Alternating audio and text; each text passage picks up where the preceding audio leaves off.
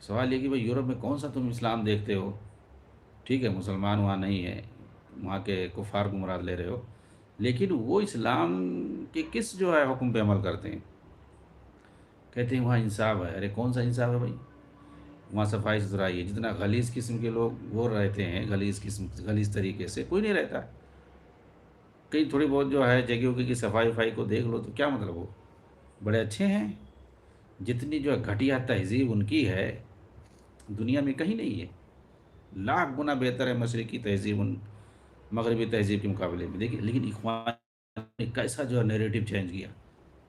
Europe ہم گئے تو وہاں اسلام کو دیکھا، مسلمانوں کو نہیں، اور ادھر اسلامی ملکوں میں ہم نے صرف مسلمانوں کو دیکھا، اسلام کو نہیں، یعنی خود وہ اپنی بدنامی کر رہے ہیں۔ یقیناً اخوانیوں کے ذریعے سے اسلام اور مسلمانوں کی بہت زیادہ بدنامی ہوئی ہے موجودہ دور میں۔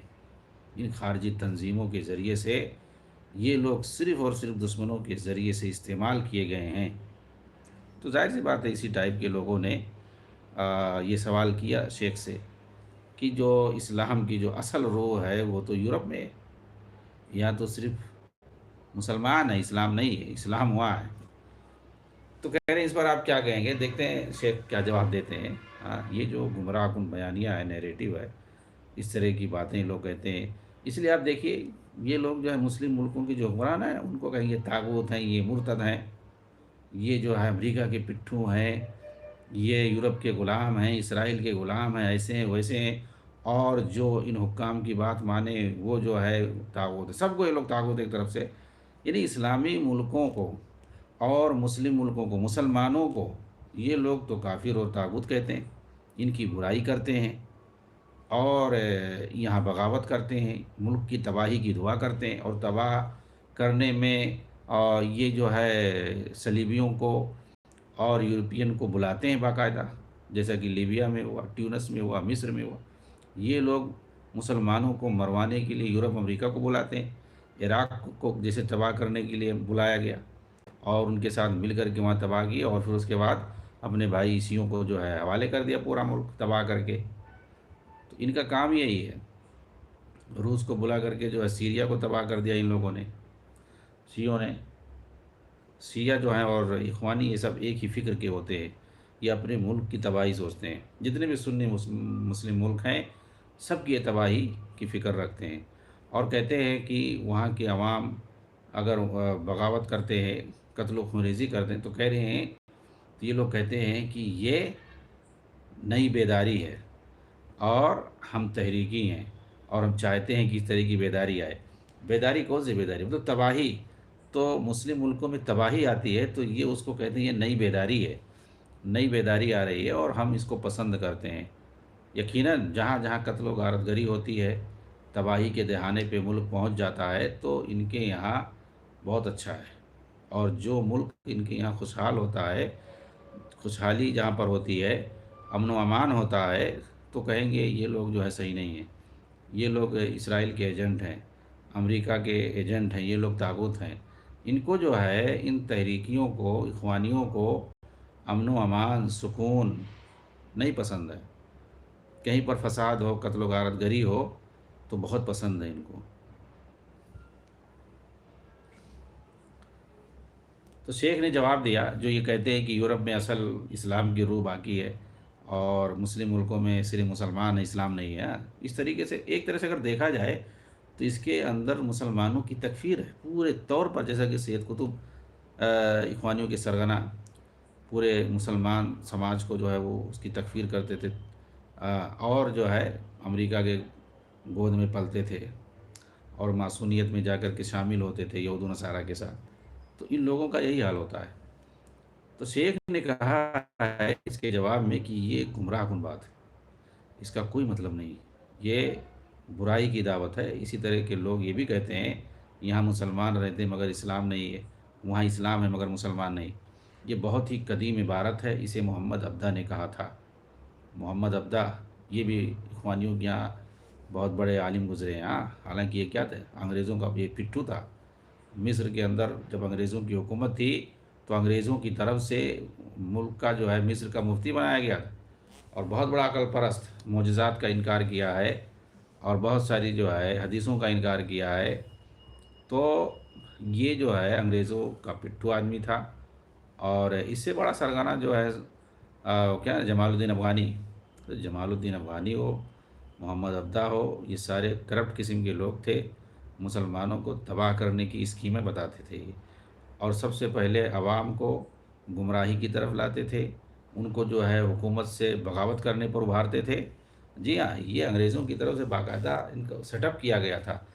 اور دیکھیے یہ اخوانی جو ہیں، چاہے حسن بننا ہو، حسن حزیبی ہو، سید قطب، ان لوگوں کے یہاں یہ دونوں بہت روحانی ان کے جو ہے آئیڈیل ہیں، چاہے محمد عبدہ، جمال الدین افغانی۔ تو ان کی کتابوں کے ذریعے، ان کی شخصیتوں سے، ان کے کارناموں سے یہ لوگ انسپائر ہوتے ہیں۔ انہوں نے ان لوگوں نے اپنی کتابوں میں ذکر کیا، حسن بننا نے ذکر کیا، وہ لوگ بار بار ان کا ذکر کرتے ہیں اور ان کے کارناموں سے متاثر ہیں۔ ایسا ہی ہونا چاہیے، یعنی جس ملک میں رہو وہاں جو ہے انقلاب برپا کرنے کی کوشش کرو، حکومت کے خلاف بغاوت کرو، اور وہاں جو عوام کو اکساؤ، فتنہ فساد برپا کرو، یہی کام ان کا ہے۔ اسی لیے دیکھو جمال الدین افغانی جس بھی ملک میں بندہ جاتا وہاں سے بھگایا جاتا مار کر کے۔ کیوں بھگایا جاتا تھا؟ سازش کرنے لگتا تھا۔ بہت سارے لوگ جو ہے سمجھ نہیں پاتے ہیں، اور یہی تحریکی لوگ جو ہے ان لوگوں پر، چاہے محمد عبدہ ہو یا جمال الدین افغانی، ان لوگوں پر بڑی بڑی کتابیں بھی لکھتے ہیں، آج بھی لکھ رہے ہیں۔ تو شیخ کہہ رہے ہیں کہ یہ جو بات کہی جاتی ہے کہ ہم نے یورپ میں اسلام کو دیکھا، مسلمان نہیں، اور ادھر جو ہے اپنے یہاں جو ہے مسلمانوں کو دیکھ رہا ہوں، اسلام نہیں ہے، یہ کہتے سب سے پہلے محمد عبدہ نے کہا تھا، جس وقت وہ فرانس میں رہتے تھے۔ فرانس میں رہتے تھے تو بہت اس کی تعریف کرتے تھے، وہیں کے یورپین کلچر سے گھل مل گئے تھے۔ پھر جب اپنے ملک واپس آئے مصر میں، تو ایسی بات انہوں نے کہی۔ ان کے پیروکار انہیں امام کہتے ہیں، اور اس کلام کو ایک جہاں دیدہ شخص کا کلام تصور کرتے ہیں یہ لوگ، ایسا جہاں دیدہ جو یہ کہتا ہو کہ یورپ میں اسلام ہے مگر بغیر مسلمانوں کے، اور ہمارے یہاں مشرقی دنیا میں مسلمان ہیں مگر بغیر اسلام کے۔ اسلام کے بغیر مسلمان کا کیا معنی ہوتا ہے؟ یعنی گویا تم تکفیر کر رہے ہو ان کی، مسلمانوں کی تکفیر کر رہے ہو، اگر اسلام نہیں تو کیا ہے؟ کفر ہے، نفاق ہے۔ ایسے کلام سے وہی لوگ دھوکہ کھا سکتے ہیں جو نہ تجربہ کار، کم علم اور کم فہم جاہل ہوں۔ ظاہر سی بات ہے، یہ لوگ تو کچھ فہم ہوتے ہی ہیں، فوراً جو ہے کوئی اس طرح کی بات کہے جو کہ جذباتی ہو، فوراً اس کے سامنے یہ لوگ چلے جاتے ہیں اور اس کے پیچھے بھاگ پڑتے ہیں۔ سوال یہ کہ یورپ میں کیا پایا جاتا ہے جو ہمارے یہاں نہیں پایا جاتا ہے؟ کہہ رہے وہاں شراب و کباب ہے، فسق و فجور کثرت سے پایا جاتا ہے، کیا یہی اسلام ہے؟ آخر یورپ میں اسلام کہاں ہے؟ اہل یورپ خود ایسی باتوں کو جھٹلاتے ہیں اور کہتے ہیں کہ اسلام ان کے یہاں نہیں ہے، نہ ہی ذاتی طور پر نہ ہی روحانی طور پہ۔ یورپ والے تو خود اسلام سے نفرت کرتے ہیں، اسلام نہیں کہتے، نہیں ہمارے یہاں۔ اور یہ اخوانی کہتے ہیں نہیں نہیں نہیں، تمہارے یہاں اسلام ہے، ہمارے یہاں نہیں اسلام ہے، تمہارے یہاں۔ اور یورپ والے کہتے ہیں نہیں نہیں نہیں، تمہارے یہاں اسلام ہے، ہمارے یہاں اسلام نہیں، ہم اسلام کو نہیں مانتے۔ تو ان کا معاملہ ایسے ہی ہے۔ ایسے ہی اخوانی سرگنے، جماعت اسلامی کے سرگنے، یہ سب جو ہے خمینی کے پاس گئے تھے، مردود خمینی کے پاس 1979 میں فروری کے اندر، اس کو جو ہے خلیفہ ماننے کے لیے، خلیفۃ المسلمین ماننے کے لیے۔ جی ہاں، اس نے انکار کر دیا، کہا نہیں نہیں نہیں، ہم تم لوگوں کا خلیفہ نہیں بنوں گا، ہمارے شیعہ جو ہیں صرف انہی کا خلیفہ میں رہوں گا۔ تو یہ لوگ کہہ رہے تھے کہ نہیں نہیں نہیں، آپ کو ماننا پڑے گا۔ اس مردود کو یہ لوگ زبردستی خمینی کو اپنا امام مان رہے تھے، اس نے انکار کر دیا، پھر بھی یہ لوگ مانتے ہیں، آج بھی یہ لوگ مانتے ہیں اس کو اپنا امام۔ جی ہاں، ان کے بڑے بڑے سرغنے ذکر کرتے ہیں کہ ہم امام خمینی سے علم حاصل کرتے ہیں، ان کی فکر کو ہم سیکھتے ہیں، جیسے کہ مودودی سے سیکھتے ہیں، حسن بننا سے سیکھتے ہیں، سید قطب سے سیکھتے ہیں۔ تو یہ چاروں جو ہے نا موجودہ دور کے فساد کے سرغنے ہیں، یہ چاروں جن کا نام ابھی لیا میں نے۔ تو شیخ نے آخر میں نصیحت کرتے ہوئے کہا کہ اس طرح کی جو باتیں کہی جاتی ہیں کہ اسلام میں، یورپ کے اندر اسلام دیکھا، وہاں مسلمان نہیں، لیکن یہاں اسلامی ملکوں میں یہاں میں نے مسلمانوں کو دیکھا، اسلام نہیں، تو یہ باطل قول ہے۔ طلباء ایسی باتوں سے دھوکہ نہ کھائیں۔ اس کے بعد سوال کیا کہ ایک شخص کا دعویٰ ہے کہ اس نے امام ابن قیم رحمہ اللہ کی کتاب مدارج السالکین کی تہذیب کی ہے، جو کہ دراصل علامہ ہیروی کی کتاب منازل السائرین کی تہذیب ہے۔ کیا صحیح ہے؟ تو شیخ نے جواب دیتے ہوئے کہا کہ علامہ ہیروی جو تھے ان کے اندر خود صوفیت پائی جاتی تھی، مگر شاید آخری عمر میں اعتدال آ گیا تھا، جیسا کہ ان کی بعض تحریروں یا بعض کتابوں سے اندازہ ہوتا ہے۔ یہاں شاہد یہ ہے کہ اس کتاب کو ابن قیم نے تہذیب کیا، جس کا نام مدارج السالکین رکھا، مگر یہ تہذیب بھی اصل کتاب کے بعض خرافات کو ختم نہیں کر سکا۔ مگر یہاں یہ بیان کرنا مقصود نہیں ہے، بلکہ نئے مصنف نے جو کہا ہے وہ مطلوب ہے۔ نئے مصنف کہتا ہے کہ ہمارا مقصد یہ ہے کہ نوجوان اسلام کے دلوں کا تزکیہ کیا جائے، نوجوانوں کے دلوں کا تزکیہ کیا جائے، انہیں ایمانی اخلاق سے معمور کیا جائے۔ یعنی اس کا مقصد یہ ہے کہ بدعتوں کا نہ ذکر کیا جائے اور نہ ہی ان پر رد کیا جائے کہ کئی لوگ اس کی مجلس سے بھاگ نہ جائیں۔ دراصل اس کا مقصد لوگوں کی بھیڑ اکٹھا کرنا۔ وہ یہ نہیں کہنا چاہتا کہ جو غلطی کرے تو اس سے کہا جائے کہ تم نے غلط کیا ہے، اور جو بدعت کا ارتکاب کرے اس سے کہا جائے کہ اللہ سے ڈرو، تم نے بدعت کا ارتکاب کیا، اور جو شریعت کی مخالفت کرے اس سے کہا جائے کہ تم نے شریعت کی مخالفت کی۔ بلکہ یہ لوگ ان داعیوں میں شمار ہوتے ہیں جن کا واحد مقصد زیادہ سے زیادہ پیروکار، فالوور اکٹھا کرنا ہوتا ہے، جو ان کی باتوں پر تالی بجائیں، نعرہ لگائیں۔ اور ایسے ہی لوگ زیادہ تر سلفی منہج پر نقد کرتے ہیں، وہ سلفی جو بدعت کو بدعت اور سنت کو سنت کہتا ہے، لوگوں کو سنت کی طرف دعوت دیتا ہے۔ لیکن آپ دیکھیں گے ان لوگوں کو جو اخوانی ذہنیت کے ہوتے ہیں، وہ کہیں گے بدعت ٹھیک ہے، بدعت ہے، مانتے ہیں وہ لوگ، لیکن اس پر تنقید نہ کرو، بہت زیادہ اس پر مت بولو، ورنہ لوگ متنفر ہو جائیں گے۔ مقصد کیا ہوتا ہے؟ شیخ نے کہا تاکہ زیادہ فالوور اکٹھا ہو جائیں اور ان کے لیے تالی بجائیں، یہ ان کا مقصد ہوتا ہے۔ یہ بہت ہی خطرناک اور سنگین معاملہ ہے کہ آپ نوجوانوں کو دھوکہ دیں اور کہیں کہ بدعتوں کا ذکر کرو گے، ان پر رد کرو گے تو لوگوں کو تشویش ہوگی۔ یہ غلط بات ہے۔ مصنف کہتا ہے کہ آج کل بہت سی بدعتیں ایسی ہیں جن کا ارتکاب کرنے والا مشکل سے کوئی ملے گا، یہ صحیح نہیں ہے بلکہ حقیقت کے خلاف۔ صوفیوں کی بدعتیں کثرت سے موجود ہیں، کیسے آپ کہہ رہے ہیں کہ بہت مشکل سے آدمی ملے گا بدعتوں کا ارتکاب کرنے والا؟ یہ لوگ بولتے ہیں، جیسے بریلوی کہتے ہیں کہ مسلمان ہو کے جو ہے نبی کا امتی ہو کر کے کوئی شرک نہیں کر سکتا ہے، وہ ایسے صاف صاف کہتے ہیں کوئی شرک نہیں کر سکتا۔ تو یہ لوگ بھی کہتے ہیں بدعتوں کا ارتکاب کون کرے گا بھائی؟ مسلمان بدعت کرے، ایسا کیسے ہو سکتا ہے؟ تو شیخ نے کہا یہ بات صحیح نہیں ہے بلکہ حقیقت کے خلاف ہے۔ صوفیوں کے دیکھو، ان کی یہاں کثرت سے بدعت پائی جاتی ہیں، ایسی بریلیوں کے یہاں دیکھ لو، ان کے سلسلے اکثر ممالک میں پائے جاتے ہیں۔ بہت سارے سلسلے ہیں صوفیوں کے، ادھر بر صغیر پاک و ہند وغیرہ میں سے مشہور ہے 4 سلسلہ۔ آپ عربوں میں جاؤ، افریقہ میں جاؤ، بہت سارے اور دیگر سلسلے آپ کو ملیں گے۔ ایران میں جاؤ، بلاد ترکستان میں جاؤ، سینٹرل ایشیا میں، اور آگے مشرق بعید میں جاؤ، الگ الگ آپ کو سلسلے ملیں گے صوفیوں کے۔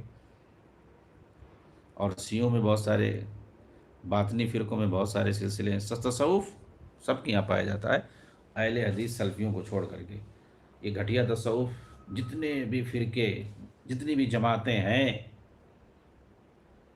ایون یہ کیا کہتے ہیں اخوانی، سروری، اور یہ جماعت اسلامی، سب کے یہاں آپ دیکھو گے، تنظیمی، سب کے یہاں تصوف پایا جاتا ہے۔ جی ہاں، کوئی بھی فرقہ اور جماعت ایسی نہیں ہوگی کہ ان کے یہاں کیا ہے، تصوف نہ پایا جائے۔ اس کی مخالفت اگر کرتے ہیں تو اہل حدیث سلفی۔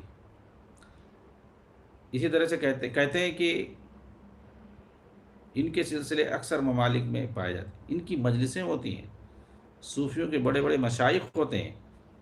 موجودہ تصوف بدعت سے بھرا ہوا ہے۔ اسی طرح علم کلام کی بدعت بھی پھیلی ہوئی ہے، علم کلام کی بدعت بھی ہر جگہ پایا جاتا ہے۔ متکلمین، اہل کلام، فلاسفہ، اب تو جدید علم کلام کی بات ہو رہی ہے، اس کو جو ہے ماڈرن سائنس کے موافق کرنے کی بات آ رہی ہے۔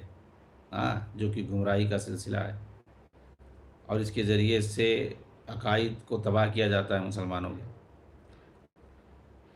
تو کہا علم کلام کی بدعت یہ پھیلتی جا رہی ہے مسلمانوں میں دوبارہ۔ سلف جس کی مذمت کرتے تھے اور علم کلام سیکھنے والے کو زندیق کہتے تھے، کہہ رہے اس وقت بہت پھیل رہی ہے، چنانچہ جو لوگ علم کلام، فلسفہ، منطق پڑھتے ہیں ان کی تعداد بہت ہے۔ اب دیکھیں تقلیدیوں کے یہاں، صوفیوں کے یہاں، شیعوں کے یہاں، بدعتیوں کے یہاں یہ سب پڑھایا جاتا ہے، علم کلام، فلسفہ، منطق کثرت سے پڑھایا جاتا ہے۔ ان کی بہت تعداد ہے۔ ایسی صورتحال میں بھی کیسے کہہ سکتے ہیں کہ بدعتوں کے مرتکبین کا وجود آج مشکل سے ملے گا؟ ارے اکثر تو بدعت میں ڈوبے ہوئے ہیں، مسلمانوں کی اکثریت بدعت کا ارتکاب کر رہی ہے، اور کہہ رہے ہو کوئی مشکل سے ملے گا؟ اور یہ کو سنت پر، سیدھا سنت پر، خالص توحید اور سنت پر عمل کرنے والا مسلمان مشکل سے ملے گا، ایسا کو تو تھوڑا سمجھ میں آنے والی بات ہے۔ صوفیت کے نشو و نما کے تعلق سے شیخ الاسلام ابن تیمیہ نے کہا ہے کہ صوفیت کا آغاز دراصل بصرہ سے ہوا۔ ابتدا میں یہ وہ زاہد اور عابد تھے جو دنیا کی زیب و زینت سے کٹ کر الگ ہو گئے، عبادات میں مشغول ہو گئے، اور یہ کسی قدر مقبول ہو سکتا ہے اور یہ مطلوب بھی ہے کہ آدمی زاہد اور عابد ہو، لیکن دنیا سے کٹ جائے یہ صحیح نہیں۔ لیکن وہ دنیا سے کٹ بھی گئے تھے، یہ ان کی یہاں غلطی تھی بس شروع میں، کہ ٹھیک ہے زاہد اور عابد ہونا صحیح ہے، لیکن دنیا سے کٹ جانا یہ تو آئی نہیں اسلام میں، یہ تو رہبانیت ہے جس کی ممانعت آئی ہے۔ اللہ کے نبی صلی اللہ علیہ وسلم سے بڑا عابد زاہد کون ہو سکتا ہے؟ لیکن اگر آپ سماج میں رہتے تھے، معاشرے میں رہتے، آپ کو کوئی صوفی نہیں کہتا ہے۔ اگر صوفی لفظ اچھا ہوتا تو ظاہر سی بات ہے اللہ کے نبی کو کہا جاتا کہ آپ صوفی تھے۔ کیوں نہیں کہا جاتا بھائی آپ کو؟ کسی صحابی کو صوفی کیوں نہیں کہا جاتا ہے؟ اگر صوفی اچھے ہوتے تو کیوں کہا جاتا؟ نا نہیں کہا جاتا ہے، کیونکہ تصوف کا تعلق ہے ہی نہیں اسلام سے۔ کہیں بھی صوفی، تصوف، صوفیہ، کہیں اس کا ذکر آپ کو قرآن حدیث میں نہیں ملے گا۔ صحابہ نے کبھی اس کے لفظ کا ذکر نہیں کیا۔ جی ہاں، تو پھر اس کا مطلب ہے کہ اس کا تعلق اسلام سے نہیں ہے۔ یہ برہمنوں سے، مجوسیوں سے، نصرانیوں سے، یہ جو ہے اسلام کے اندر آیا ہے شیعوں اور رافضیوں کے ذریعے سے۔ انہوں نے بہت سارا الہات، زندقہ، قبر پرستی، مردہ پرستی، گھوڑا پرستی، پیر پرستی، شخصیت پرستی، یہ سب جو ہے انہی لوگوں نے جاری کیا، اور پھر اس کے بعد دھیرے دھیرے عام مسلمانوں میں آ گیا۔ آگے کہتے ہیں کہ پھر اس کے بعد ان کے اندر الہاد، یعنی صوفیوں کی یہاں پہلے تو زہد و تقویٰ پایا جاتا تھا، عبادت، ریاضت، اور دوسرے یہ کہ جو غلط بات تھی وہ دنیا سے کٹ جانا، سماج سے کٹ جانا، ادھر ادھر چلے جانا، پہاڑوں میں، جنگلوں میں، وغیرہ وغیرہ، تو یہ جو ہے اسلام کے خلاف۔ اور مزید اس کے بعد ان کے یہاں الہاد پیدا ہوا، زندقہ پیدا ہوا۔ صوفیت کے اندر پھر وہ حضرت الوجود جیسی خبیث عقیدہ پیدا ہوا، ابن عربی کے دین کا نام بڑھ گیا۔ وہ ابن عربی جس نے کائنات کے اندر دوئی کا انکار کر کے، دوئی کا انکار یعنی خالق و مخلوق کا انکار کرنا، اس کے یہاں ہے کہ خالق و مخلوق ایسی کوئی چیز نہیں، سب خالق ہیں، سب مخلوق، سب خالق، سب خالق مخلوق سب ایک ہے اس کے یہاں، نعوذ باللہ۔ یہ دعویٰ کیا کہ اس کائنات میں صرف ایک ہی آنکھ ہے، العبد رب والرب عبد فلیت شیر من المکلف، اس طرح اس نے بات کہی ہے اپنی کتاب کے اندر۔ اس کی کتاب بہت خطرناک کتاب ہے، فصوص الحکم، الفتوحات مکیہ۔ تو فتوحات مکیہ اور فصوص الحکم میں اس طرح کی باتیں اس نے کہی ہیں بکواس، کہ بندہ ہی رب ہے اور رب ہی بندہ ہے، کاش مجھے پتہ چلتا کہ مکلف کون ہے، نعوذ باللہ۔ یعنی مکلف کسے، کون کسے مکلف بنائے؟ جب بندہ ہی رب ہے، رب ہی بندہ ہے، تو کون کس کو مکلف بنائے گا؟ کون کس کو حکم دے گا؟ کوئی نہیں، تو جو من میں آئے وہ کرو۔ یہی ابن عربی کا دین ہے، یعنی وحدت الوجود کا دین ہے۔ تو ابن عربی کون تھا بھائی؟ یہ گمراہ انسان تھا۔ اس پر جو ہے انشاءاللہ آگے درس میں تفصیل سے بات ہوگی۔ وآخر دعوانا الحمدللہ رب العالمین، والسلام علیکم ورحمۃ اللہ وبرکاتہ۔